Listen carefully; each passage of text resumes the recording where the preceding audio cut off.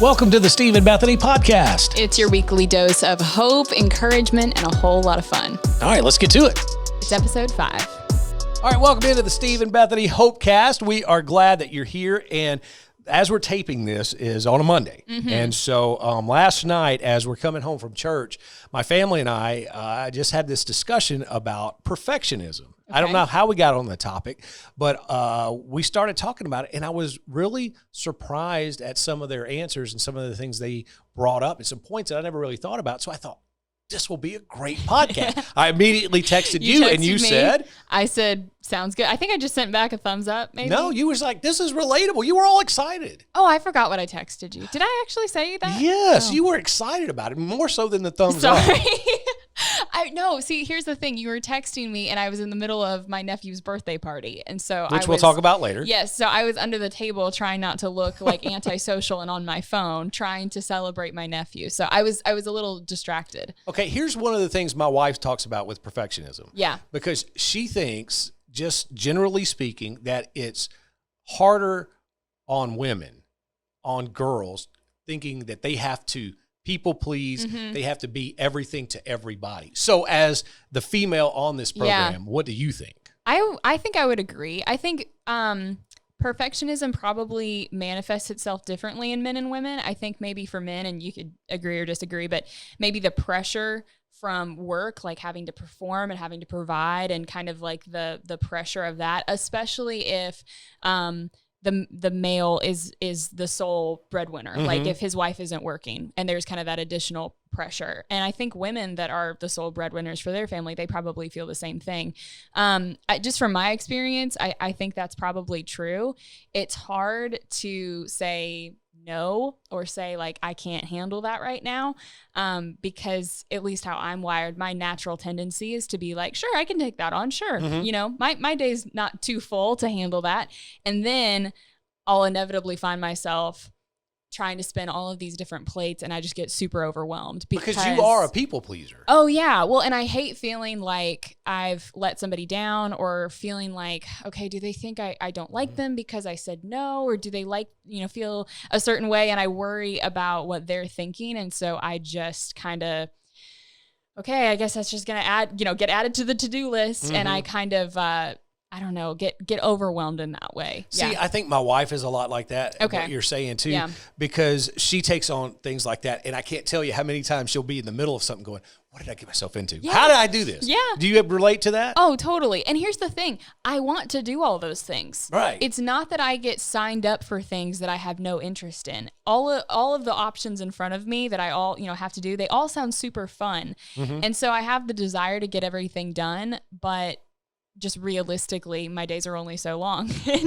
And it feels like, okay, I signed up for too many good things in a sense. See, and I think for me, going back to what you said about the men and how if you are the main provider in your home, or even if you're not, even if both of you work, you still have that kind of pressure that you are the guy, and I think that is an added dimension to it, because I know I feel that a lot of times when I'm working, and my wife a lot of times stays home, but she does have some side jobs and stuff to bring in some extra income.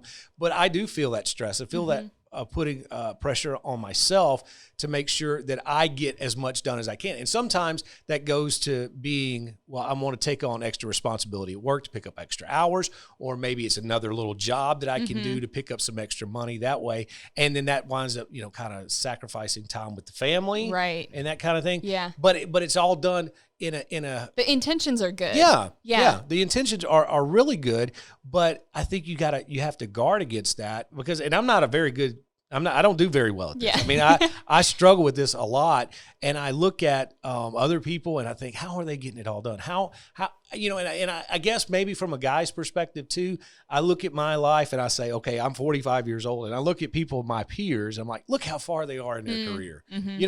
Look how much they've got and compared to what I've got. Right. Which I know.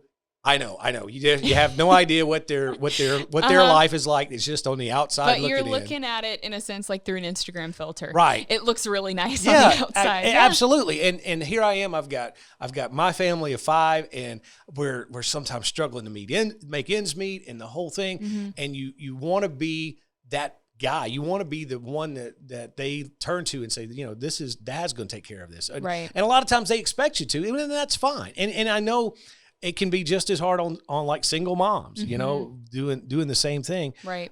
Trying to bring in extra money, trying to continue and keep the house and keep everything and everybody together.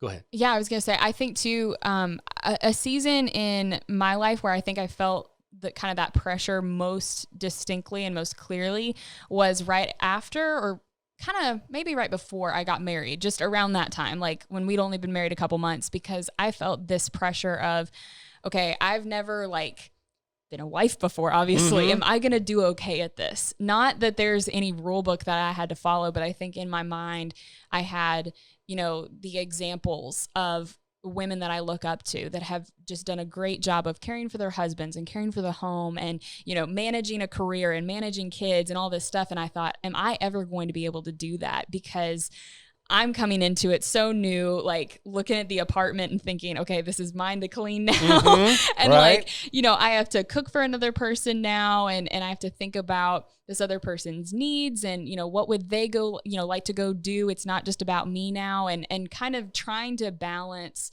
all of those thoughts and feelings. And I had to get to a point where I was just like, listen, I'm not going to be my mom. I'm not going to be so-and-so from church, or I'm not going to be so-and-so over here. I just kind of have to figure this out on my own and view my husband and I as our own unit, our own family, and what works for us. Yeah. I think that's true. I think you have to do that, but it's still there. That's still totally. Comparison that you want to do. And it's a battle that you fight, I think, all the time. I want to circle back to something else you said about where you, when people ask you to do something, and you think, well, it's not something that I would hate doing. Yeah. But so you think, you feel but you feel like that other person, if they didn't need your help, they wouldn't be asking. Right. So you feel, at least I do, I feel that added pressure. Yeah, you feel that obligation, and they don't mean it probably necessarily as an obligation, but they probably wouldn't ask if they didn't need help. And I do feel like no matter what your personality is, even if you're, super confrontational and you don't have a problem saying no, everyone does have that pressure of being perfect or having it all together. And you and I are both kind of wired in a similar way where we like to please people and we like to say yes to things and get things done and help. We're both wired that way. And so I feel like across the board, no matter what your personality is like, it's hard to kind of take some things off of your list and say, listen, I can't handle all of this. I have to cut back on a few things. That's hard sometimes. Oh, it's very hard. And I think it is, like I say, a struggle that we wrestle with every single day to try to keep everything together and keep everybody happy and keep everybody healthy. Because for men, the greatest thing is, a happy wife, happy life. So you try to keep all that happy. And I don't mean that in a negative way, but you know what I mean? Yeah. You try to keep that balanced, but then also people are looking to you. If you're a church going person, you're looked to as an example there and all this, and it just gets to be so heavy sometimes. But there is another side of this perfection that actually, I think it was my daughter, maybe it was my son, one or the other, brought up that I hadn't thought about. We'll talk about that coming up here in just a second. Cool. Steve and Bethany Hopecast is brought to you by our friend Pat Davis. You can find him at yourhealthplanman.com. That's yourhealthplanman.com. And let's do some imagining here, okay? Let's say that you need to buy a new vehicle. So you head over to the dealership and you find the perfect one that meets all the things that you and your family need, and you walk inside and the little salesman, he just hands you the keys and thanks you for coming in. Now, naturally, your first question would be, okay, well, how much is this going to cost me? And they tell you, hey, don't worry about it. We'll bill you in 6 weeks. Don't worry about it. Well, that's crazy, right? You never buy a car like that, but that's exactly what happens all the time with your healthcare. You pay these sky-high premiums, you have a huge deductible, and then anytime you go see your doctor, you're kind of left waiting to find out how much it's going to cost you. Yeah, absolutely. And Pat Davis, your health plan man, wants to take you off of that carousel. How do you get off a carousel? Because it's tough. You're used to it. It's just spinning around. It's not too fast, but it is kind of monotonous. And it is like, is it ever going to end? No, because you just keep going in circles. You never get anywhere.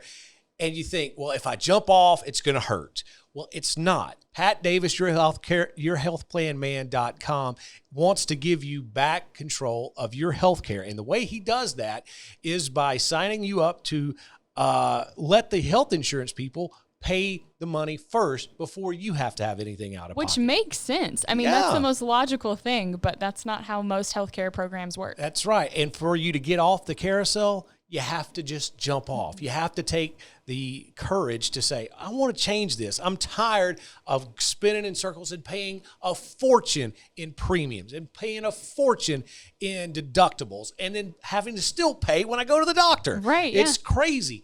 You can stop the madness with yourhealthplanman.com. Just give Pat a few minutes of your time. That's all it's going to take for him to sit down and explain to you over the phone, video conference, however is convenient for you, how he could save you money and how this can work. And I'll just give you an example of my life. You know, we talked about it a couple of weeks ago. I had some problems with my tooth because of the COVID-19. I wasn't able to go to a dentist because they weren't open. So I went to urgent care. And my policy that I have pays a certain amount for urgent care. It's like $370, right? Well, my bill at urgent care was only $127. So I got the difference back. That's how it works. You get paid to go to the doctor. How great is this? It's pretty crazy. It kind of sounds too good to be true, but it's not. It's really not. Pat will be your best friend. I'm telling you, if you'll give him an opportunity, and it's real simple. It's yourhealthplanman.com. You'll be happy you did. Check it out. yourhealthplanman.com.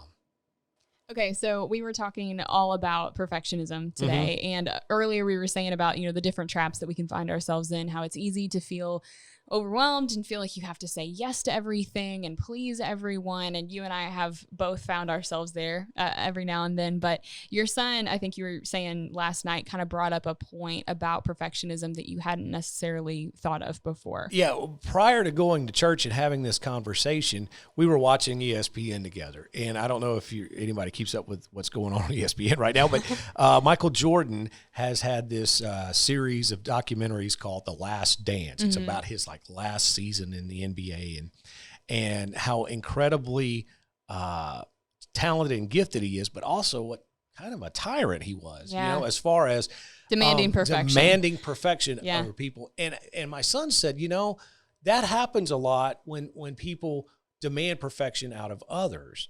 And I got to thinking about that because at first you think, well, no, as a leader or a mentor or whatever, you want to push people to do better than they think they can. But like he was giving the example of the Michael Jordan thing.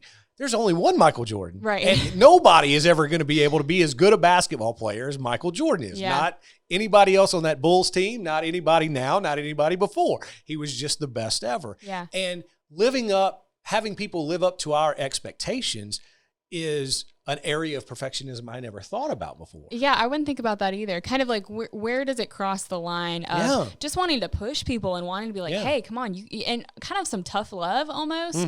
When does it stop being that and then kind of cross over into just being incredibly demanding and almost unrealistic in your expectations of that other person? Well, I mean, I think we see it a lot in parenting. I think it's something that we all as parents want to make sure our kids grow up and they have a good work ethic and they understand the world's not going to give you anything. You're going to have to go out and earn it and on and on. But you're right. There is that balance. You can't just be so hard on them. And I think it's a line that kind of moves from time to time, I think too, that's also the case in marriage sometimes of like, you have this expectation of my spouse should think that X, Y, and Z is just as important as I do, or place, as just as much value on something. And if those expectations don't always align, you can feel like, hey, am I not important? You don't think that this is valued or kind of, you know what I mean? Like, no, absolutely. Have you and Jana found yourselves there? No, yeah, I think you're right. And because what I was thinking about when you were bringing that up, I mean, it could be something as small as how you put the toilet paper roll on. Completely. Yes. Why doesn't that person do it the way it's supposed to be done? Right? Well, okay, so my husband and I, we had this conversation a couple days ago because he just said offhand, he goes, yeah, I mean, making the bed, just, ugh. And I said, I make the bed every morning. Do you not like that? And he goes, well, not really, because when I get in, I have to toss off like 10 pillows that you've placed on the bed that look, and I thought, well, that looks pretty. Right. I want to come into our room and have the bed made. I like that. And he said, I really don't care. And honestly, I don't really like it because then when I get in, like you said, I have to throw off all these pillows and it just takes forever. I'm going to get in it later. It doesn't need to be made. Right. So even something as simple as that, where I'm like, you don't think this is important? Really? It's making a bed. Everybody makes a bed. Come on. But I think I still make the bed. He still doesn't make the bed. And that's just how it's going to be. Like, it's fine. It doesn't bother me. But I think that target can move sometimes because depending on the day you're having, it could really upset you. I would guess that, hey, I'm taking all this time to make the bed every single stinking day. Yeah. And he doesn't care. Not only does he not care, he gets mad at me for doing it because it ruins, or it makes it harder on him going to take a nap. Yeah, or he could get into bed and then just throw very aggressively the pillows all across the room. To be fair, I do get a little carried away with throw pillows. I'm not going to lie. That is on me. But yeah, I think that's an easy place to find yourself in, is just kind of mismatched expectations. I feel like that's almost the heart of it. I think that's it. I think that's exactly what it is. Mismatched expectations. Easier for you to say than me. But still, I think that's what it is. And I think we have to learn in all of our relationships, whether it be parent and child, whether it be husband and wife, or just coworkers or just friends, to understand that. Because how many times have you gone out with your friends and you think, how does this guy how does he get dressed in the morning? You know what I mean? You think to yourself, this person doesn't seem like they have anything going for them. How are they getting through life? Well, you're trying to put them in your shoes when not all the time. And that's a great idea. Yeah. I think it's easy to, judge somebody on how they do things, because honestly, it just comes down to like pride. You think that your way is the best way to do something. And to a certain extent, it's not wrong to try and push somebody. I think especially in the workplace, if you are managing people, it's not a bad thing to say, hey, listen, like, you've kind of been lax on this. I really need you to step it up. I really need you to do better in this area.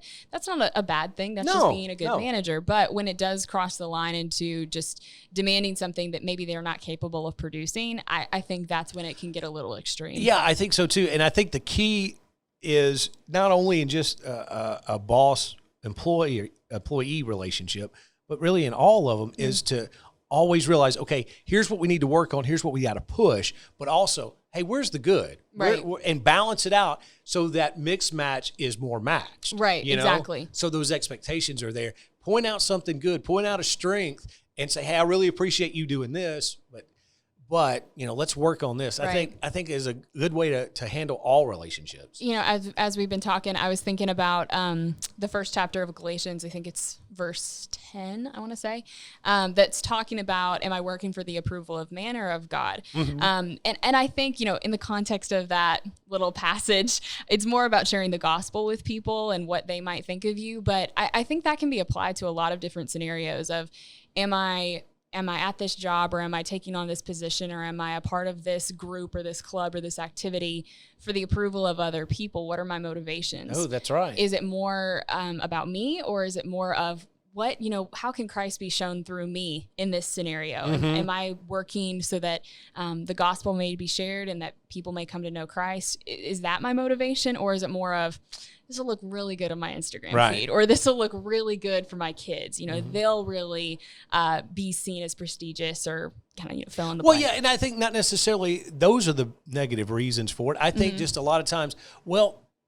it's part of my job. I mean, as a good parent, I need to do this as a good parent. As a good friend, as a good person at church, I need to take this responsibility on. But you're right, that's the motivation's got to be there. I was thinking about Psalm 118, where it talked about how just basically, a paraphrase is, he said that I felt like when I feel like the walls are closing in, I cry out to God and he puts me in a spacious place. Mm-hmm. I just love the imagery of that because I can so relate to it. You get this image and then this image. It's like, God, I feel like I can't handle it all. Yeah. I have put myself way over the limit, and it's just like this. And yet when I cry out to him, he puts me in spacious places. I just love that. I love that. Well, did you know that there is a way to get this episode and every episode ad-free and early? That sounds fantastic. Tell us how, Steve. Well, I will. It's at patreon.com/Steve and Bethany. When you become a Hope dealer, you are supporting the program, yes, but you're also getting a ton of great bonus freebies. Yeah, so you're going to get bonus episodes, things that we're going to talk about here on the Hopecast that no one else is going to hear. You'll get kind of behind the scenes videos, early access to all kinds of fun things, coffee shop, little hangouts, virtual hangouts. It's the first one's coming up for the month of June. I'm looking real forward to that. Oh, me too. And the best part is, I mean, you get to really be a part of the creative team. It's not just me and Steve hanging out here, coming up with things to talk about. It's really about you. I mean, this whole podcast is about you and sharing the hope that we have and hearing from you, your life experiences. So that's what we want this podcast to be about, and you get to be a part of that. Absolutely. And I haven't even told you this yet, but I was going through some archives, okay? And I found some interviews from Christian music artists that we did when we were a radio team together. Oh, yeah. We're going to put those on Patreon. I love that. So you can be able to hear from people like Mark Hall from Casting Crowns and Toby Mack and Danny Goki and Jeremy Camp, I think, is Jeremy in there too. Camp is one of them. Yeah, and we've got a ton of Jordan Felice. I actually do a killer Jordan Felice impression that I did for him. Your definition of a killer impression is pretty loose. Awesome. But also on those interviews, I think a few secrets will come out because a couple of them have maybe not have gotten arrested before. Maybe is probably the answer. Yeah. Yeah, and one of them might be Toby Mack. I don't know. I'm not going to confirm or deny, but we're just going to say. Well, our Hope Dealer membership starts at low as $5 a month. We would really love for you to join us over at patreon.com/Steve and Bethany. You'll get all your questions answered there. Patreon.com/Steve and Bethany. Okay, so yesterday was a day of massive celebration. Really? It was my nephew Rhett's first birthday. And look. Oh, does very he not nice. look like Magnum PI right here? Look at the Hawaiian shirt. He does. And look at that smile on his face. He's got a great big smile. Well, he had just gotten his haircut for the first time the day before. So that was a big deal. And then we got him his new little outfit. He was just so sweet. He was, I think, a little overwhelmed though. That was like the happiest he was the whole day. I think when we started, singing to him and we put a little birthday hat on him, he got a little overwhelmed. I don't think he was all about it, but he was in a good mood for the most of the party. He's just missing the mustache, and he would look like Tom Cruise. I know Tom Cruise, Tom Selleck. Don't mix the Toms. Yeah, no, don't mix the Toms. No, I thought about drawing a mustache on him, but then I thought, my sister-in-law, his mom, probably wouldn't appreciate it, so maybe not. But yeah, the theme was Wild One, so it was kind of like a jungle theme, and of course we had all the food, and it was a really fun time. And I bet the food was really good because your brother is a chef, so the food was incredibly important and a big deal. It was so good. He did like ribs and like street corn, and he did 2 types of homemade ice cream.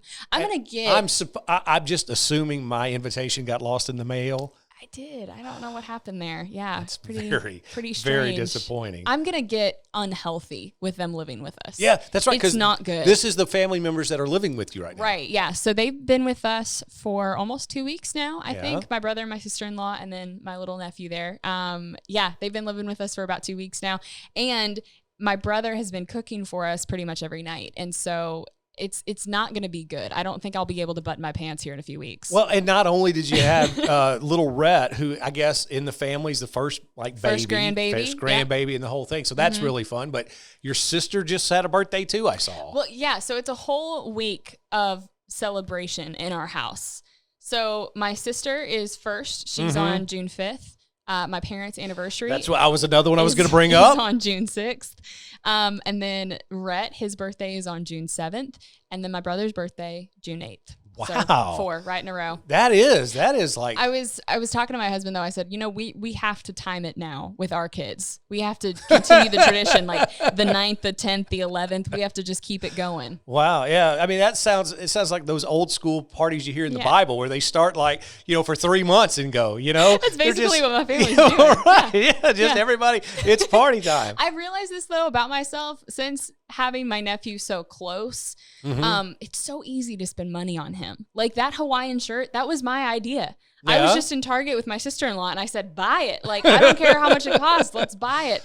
All these little outfits and stuff. It's just, that's good. That's going to change when you actually have kids your own self, because you'll have more bills and you'll realize, okay, how much is the Hawaiian shirt? Okay. It's $15. No, thank you. If you find it on the clearance sale rack and it's $3, oh, okay, I'll buy that. That's probably true. That's what's going to happen. Then I'm going to just rely on my siblings to buy the the things for my kids like I'm doing for them now. That's what I need to do. Well, but here's the thing. You better get to it, because if they have another baby soon, the newness is going to wear off on all that. You guys are just going to be like, there's all these kids. Because that's what happens to these kids. I mean, ask my daughter. She's the middle child. Oh, yeah. She'll give you stories for days about it.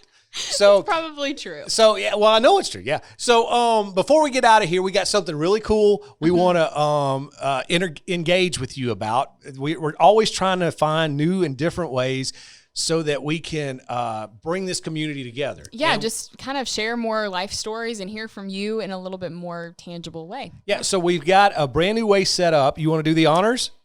I asked that we kind of give Jarvis some heads up. Okay, get ready to put it up. Ready? Because I want to do the sound effect. All right. How about that? Look at this. It is a brand new number. I made me move my mic a little closer to me. Yeah, it is a brand new number. Yeah, if you're watching on the YouTube channel. It's 502-513-HOPE.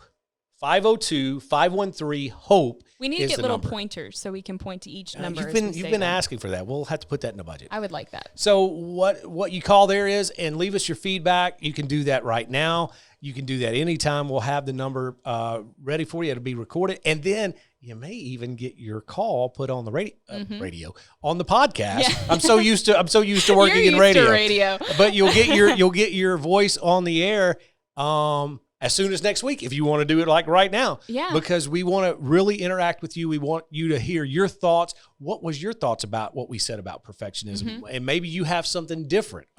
We'd love to hear your insights. Or even, topic ideas, what you would like us to talk about, things that would resonate with you. We want to hear all of those things. We really do consider you to be a part of the Hopecast family, a part of the creative team. And so we want you to be a part of this. Absolutely. And there's lots of ways to contact us, not just the phone number, which we'll give again here in just a second. We'll get the button ready. But we also have all the social media platforms. Yeah. We're going to be posting a lot there and just kind of developing community there, but we also have the Patreon account. Of course, yeah, patreon.com. You can sign up for as little as $5 a month to support the podcast, but also get a ton of goodies early if you're a patron. So definitely check that out. It's a great way, again, to be a part of the creative team and kind of voice your opinion. Yeah, patreon.com/Stephen Bethany starts as low as $5 a month, as you said. What else are we missing? T-shirts. T-shirts, yeah, we got little merch coming out. I'm super pumped about this. You already posted a picture of somebody wearing the T-shirt. It just says Hope Dealer on the front, but we've got a couple other designs and it's really fun. We do. In fact, we have a brand new design that was inspired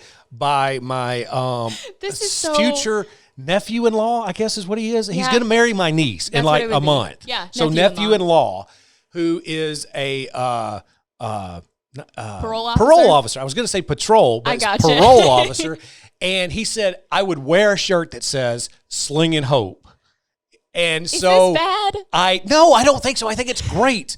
And so I designed this shirt and I sent it to our creative people and they've got it posted. You can actually buy a shirt that says Slinging Hope and it's got StephenBethany.com on the bottom. I will say that is the most like you. Like that's something that you would say. Just I know. Even if we didn't have this podcast, you would start a phrase that says Slinging Hope. You would say that. That's right. So this is very personal to Steve. It really is. So if you want to buy the Slinging Hope t-shirt or the logo t-shirt or any of the other ones we have, it's real simple to find. Just go to StephenBethany.com. There's a merch button right there. Just click on it. It'll take you to the store and you can buy as many of them as you want. And we won't even get mad if you buy, 10 or 20. Yeah, we won't hate that. And like always, of course, be sure to follow us on social media. Tell your friends about it.